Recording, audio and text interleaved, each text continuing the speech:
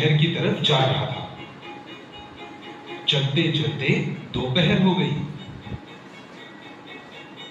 वो बहुत थक चुका था। एक बड़े से पेड़ के नीचे उसने अपनी टोपियों की टोकरी रखी और खाने का डिब्बा निकालकर खाने के लिए बैठ गया। उसे बिल्कुल जल्दी नहीं थी, इसलिए उसने सोचा कि क्यों ना थोड़ा आराम किया जाए, और वो वहीं लेट गया।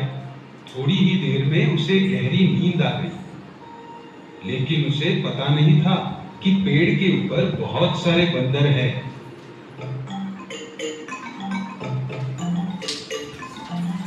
बंदरों ने उसकी टोकरी में रंग बिरंगी टोपियां देखी और उन्होंने उन टोपियों के साथ खेलने की सोची। एक एक करके सब बंदर नीचे आ गए। टोपी वाले की नींद खुली। उसने देखा तो टोपियों की टोकरी खाली थी। वो बहुत डर गया।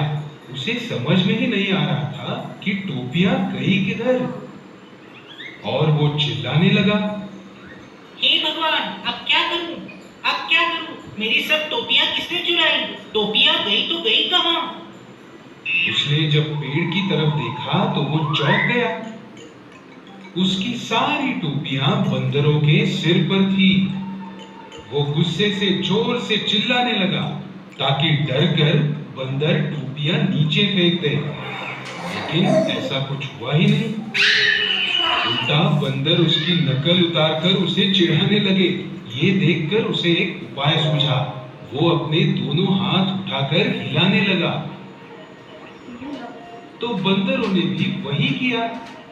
उसके बाद वो कूदने लगा, तो बंदर भी उसके जैसे ही कूदने लगे। फिर उसने अपनी टोपी उतारकर जोर से जमीन पर फेंक दी।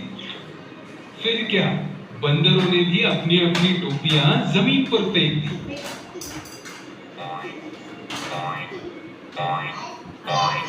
टोपी वाले ने सारी टोपियां उठाकर अपनी टोकरी में भरी और वो शहर की तरफ निकल पड़ा। तो क्या समझे बच्चों?